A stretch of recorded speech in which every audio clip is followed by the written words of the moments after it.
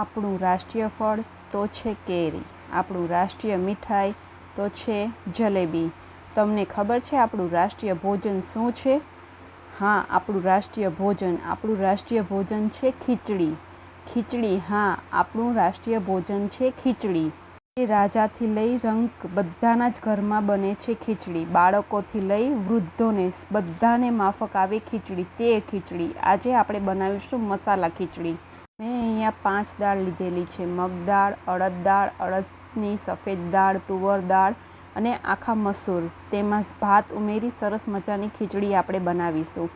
વઘાર માટે તેલ લઈ તજ, લવિંગ, બાદિયા, આખું જીરું, તમાલપત્ર, લાલ મરચાં નાખી ગાજર અને ડુંગળી ઉમેરેલા છે.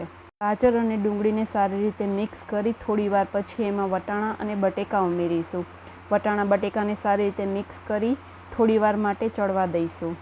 મેં અહીંયા ખીચડી માટીની હાંડીમાં બનાવેલી છે, જેથી ખીચડીનો સ્વાદ ડબલ થઈ જશે. માટીના વાસણમાં બનાવેલી રસોઈનો સ્વાદ ખૂબ જ સરસ આવે છે. ત્યાર પછી આપણે એમાં સમારેલા ટમેટાં ઉમેરીશું. ટમેટાને સારી રીતે મિક્સ કરી થોડી વાર માટે બફાવા દઈશું. હવે આ બાજુ આપણે એક નાનો આદુનો ટુકડો, થોડું લસણ લઈ તેને અધકચરું ખાંડી લઈશું. લસણ મેં અહીંયા લીલું લીધું છે. તમારી પાસે લીલું હોય તો લીલું અને સૂકું હોય તો સૂકું. થોડું મીઠું નાખી આ બંનેને અધકચરું ખાંડી લઈશું. જો તમે આદુ લસણ ન ખાતા હોવ તો નાખવાની કંઈ જરૂર નથી, પરંતુ આદુ લસણ નાખવાથી તેનો સ્વાદ સારો આવે છે. ખાંડેલા આદુ લસણને આપણે હવે એમાં ઉમેરીશું. તેમાં ઉમેરીને સારી રીતે હલાવી સરસ રીતે ચડવા દઈશું. આદુ લસણ ઉમેર્યા પછી થોડી હળદર, થોડું ધાણા જીરું પાવડર, થોડું લાલ મરચું, ગરમ મસાલો ઉમેરી સારી રીતે મિક્સ કરી લઈશું. બધું જ મિક્સ કર્યા બાદ મસાલાની સરસ મજાની સોડમ આવવાની શરૂઆત થાય અને થોડો મસાલો ચઢેલો લાગે ત્યાં સુધી એને આપણે પકાવીશું. જુઓ, સરસ મજાનું મિક્સ થઈ ગયા પછી આપણને લાગે છે કે આપણો મસાલો સરસ મજાનો ચઢી ગયો છે. ત્યાર પછી આપણે ધોઈને પલાળીને રાખેલી ખીચડી તેમાં ઉમેરીશું. ખીચડી ઉમેર્યા પછી ખીચડી અને મસાલો સારી રીતે હલાવી અને એક રસ થઈ જાય એવી રીતે મિક્સ કરીશું. ત્યાર પછી જરૂરિયાત પ્રમાણે પાણી ઉમેરી ખીચડીને ઢાંકી અને ચડવા દઈશું. ખીચડીને ચડતા વાર નહીં લાગે, કારણ કે આપણે તેને ધોઈ અને 10 થી 15 મિનિટ માટે પલાળેલી રાખેલી હતી. પલાળેલી ખીચડીને ચડતા વાર નથી લાગતી. આપણી ખીચડી હવે 10-15 મિનિટમાં સરસ મજાની તૈયાર થઈ જશે.